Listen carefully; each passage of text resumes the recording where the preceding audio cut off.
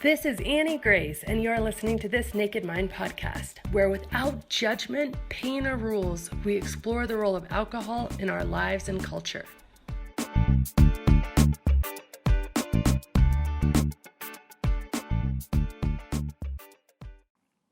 Hi friends, this is Annie Grace, author of This Naked Mind, and I am answering readers' questions. And today I have a question from Mike.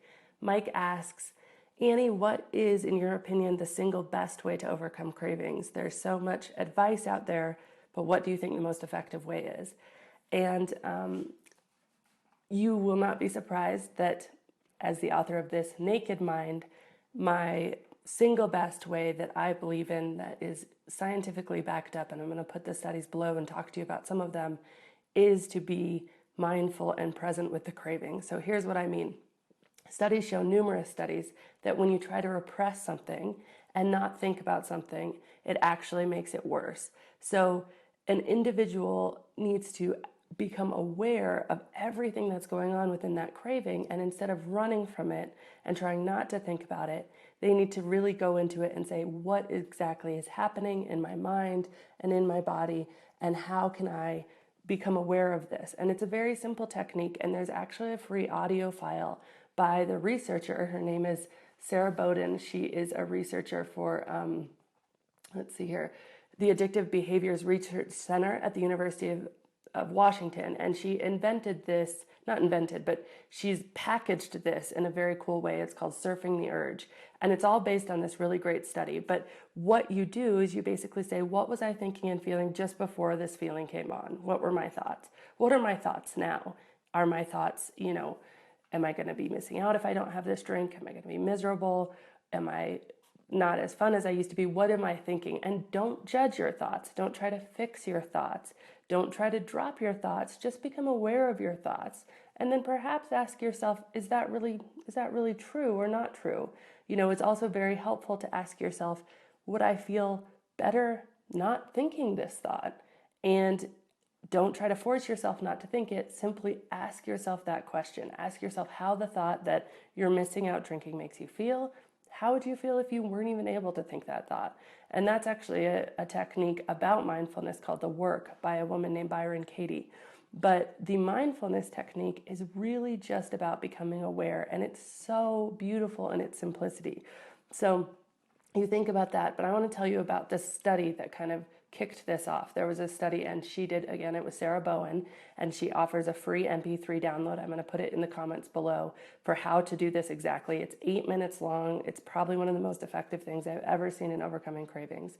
But what she did is she had smokers come into her lab to participate in a study, and they had been told not to smoke for 12 hours before they got there. And they were given an unopened package of their favorite cigarettes. And when they were all there, she seated them all down at a table. And basically, she made them take out their pack. They had to look at it.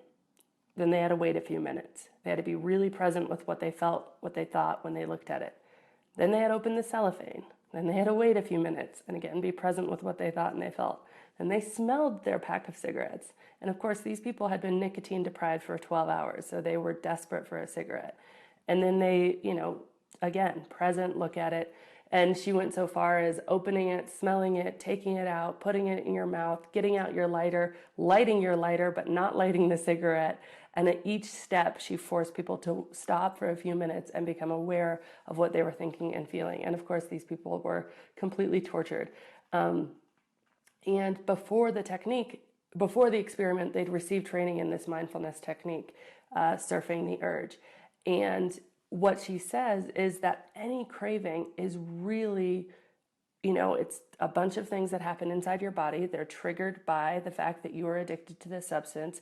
And it comes and it builds, but then like a wave, it will pass. And if you can be mindful through it and watch it and somewhat be detached from it, you build, a huge brain ability. And there's actually some brain science that I'm not going to go into now that says this technique separates parts in your brain that are in the craving cycle. So parts of your craving basically neurologically can be disrupted through this technique. And I'll post that scientific study below, but I'll do a different video on it because it's quite hard to explain. But anyway, suffice it to say that doing this technique can actually disrupt what's going on neurologically inside your brain in terms of that craving. So these people were let out of the room, and of course, for the first, immediately everybody lit a cigarette, and that just happened.